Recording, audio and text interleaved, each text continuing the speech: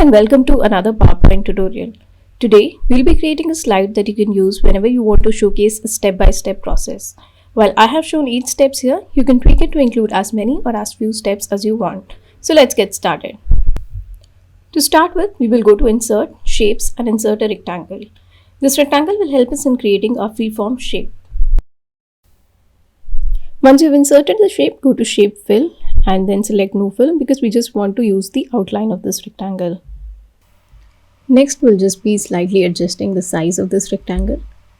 And then we'll go to Insert and we'll insert a freeform shape. Now left click once on each corner of the rectangle. You don't want to keep the left click pressed at all times or it will not give you a straight line.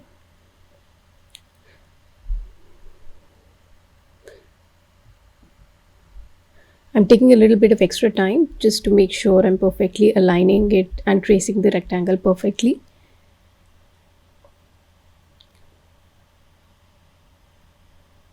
So once you click on this last corner, you just want to press Escape on your keyboard. So this shape will actually give us the curved line you saw in the beginning that connects all the steps. Now just select this rectangle and delete it since we don't need it any further.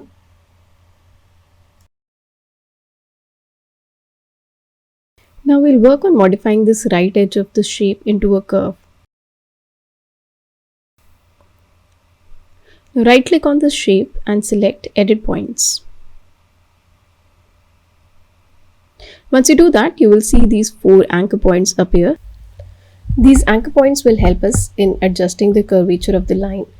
Once you click on a particular anchor point, you will see these 2 direction lines appear. Now we will drag this vertical direction line right towards till the edge of this particular slide to get that curvature. We are using this edge of the slide as a reference point so that we can be symmetrical for the other anchor point as well. So I'm just going to drag this direction line as well right towards the end of the slide. And this is actually going to give us the curved line for our slide.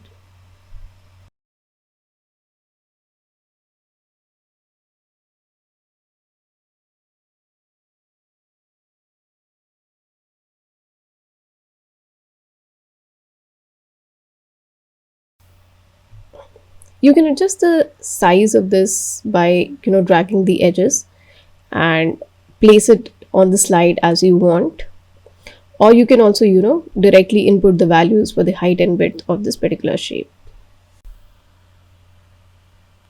Now we'll do some formatting for the shape by changing the outline color and adjusting the weight of this outline. Now I usually paste certain colors that I want to use on the slide beforehand, so I can easily use the eyedropper tool. I'm also increasing the thickness of the line a little bit. Next, we'll insert a rectangle with rounded corners.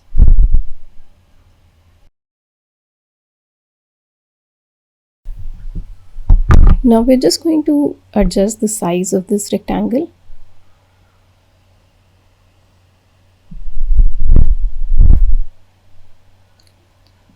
And now on to some formatting. So what I want is a white color fill for this rectangle and a light gray outline.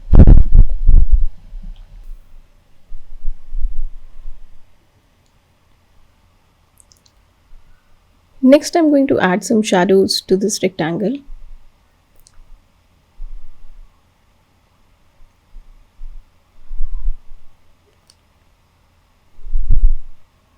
Here I'm choosing this bottom offset where the shadow will be on the bottom 3 sides. I'm reducing the blur a little bit and changing the color of the shadow to a gray color.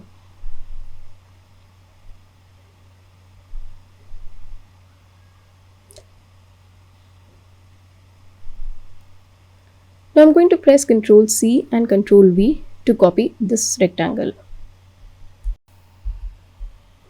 For this rectangle, I don't want any outline, I also want to remove the shadow. And I want a gradient fill for this rectangle. I'm deleting the additional gradient stops. I just want 2 stops. And I'm selecting the color that I've already copy pasted on the slide.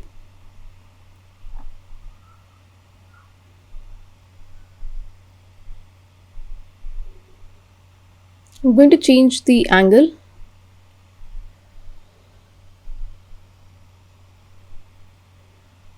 And make the second stop 100% transparent. This adds a nice subtle effect to the rectangle. Now we perfectly align this rectangle with the original one. Now we'll just group both these rectangles. Next we want to add a text box so that we can add any text on this rectangle. So go to Insert, Text Box, and draw the text box on top of this rectangle. You can choose whatever font you want and adjust the size as you need. I'm choosing a blue color for the text of the rectangle and just typing some dummy text over here.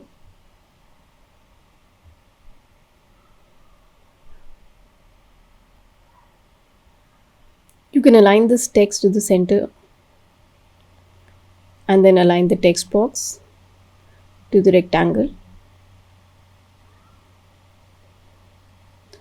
Once you've aligned these, go to Insert and choose Rectangle with Rounded Corners. This will be a smaller rectangle, just 1 centimeter by 1 centimeter, and we'll use it for the step numbers. I don't want any outline for this, so we'll remove that. We'll choose a blue color from here.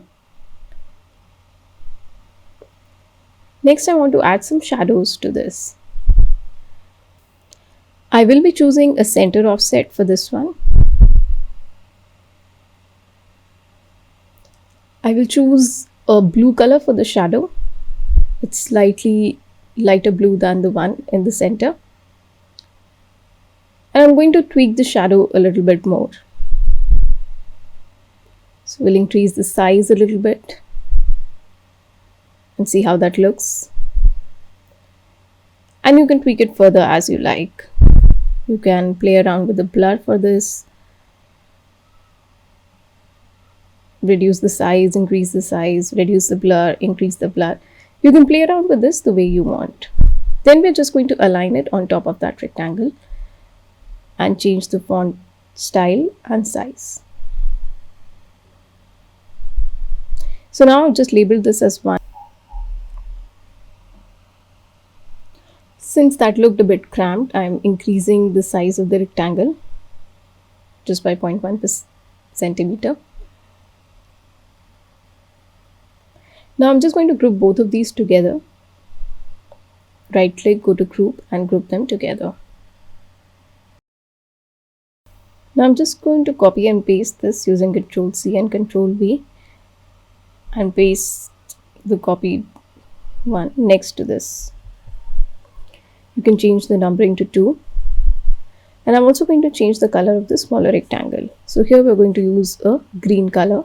So go to Shape Fill, use the eyedropper tool. I'm selecting this green color.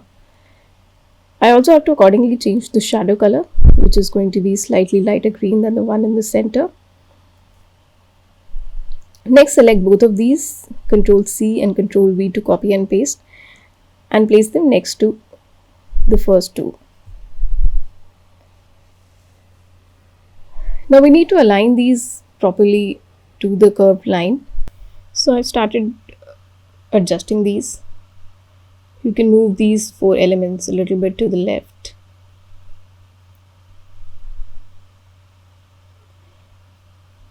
Then drag the last one a little further to the right.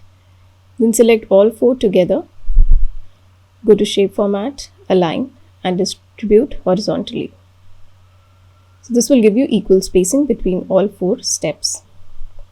We also want to align top so that they're all level. And then we will replicate these along the bottom curve. So since the next sequence to green is blue, I've copy pasted one of those over here. When we are aligning elements on the bottom row, we want to make sure that we're not disturbing anything on the top row.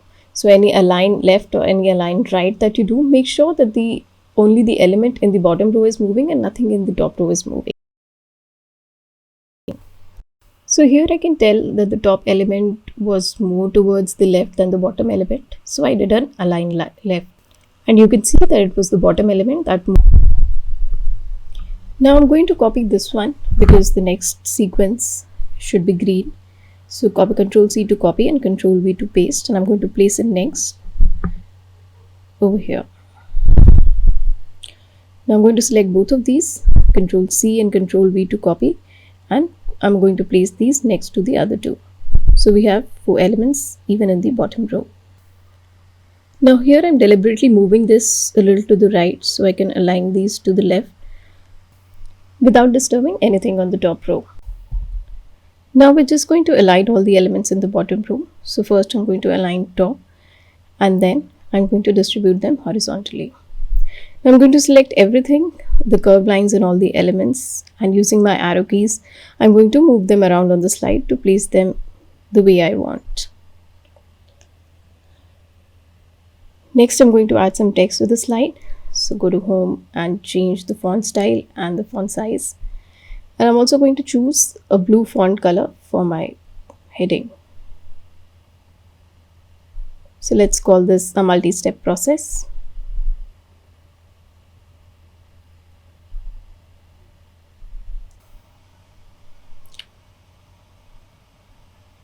Next, I'm going to select all of this together and group them. And then we're just going to try align center and align middle to the slide to see how that looks. Obviously that doesn't look very perfect, so I'm again going to use my arrow keys and adjust the placement a little bit. Once you're happy with this, you can then maybe go to slideshow view and see how this looks. Now I can see a slight problem here. These boxes are a little above the line compared to what we have in the first row. So I'm just going to right click and then ungroup. And I'm going to select all these 4 elements in the bottom row and using my arrow keys move them below slightly. You can zoom in here for better clarity and better visibility. And once you're happy, you can again go to the slideshow view and check how it looks. You could probably leave it here, but I want to add a little bit extra to the slide. So I'm going to do a right click and I'm going to go to the format background. Here I'm choosing a pattern fill. As you can see, there are multiple options to choose from and you can experiment with these. You can try and implement different textures and see how they look and choose the one that you like best. You also have the option to change the foreground and the background color, and it will make a lot of difference to how the texture looks on the slide. So I'm just changing that. Obviously using a subtle color gives a more subtle effect to the slide, and using very bold colors could be very obtrusive on the slide. Lastly, we'll update the numbers on these steps.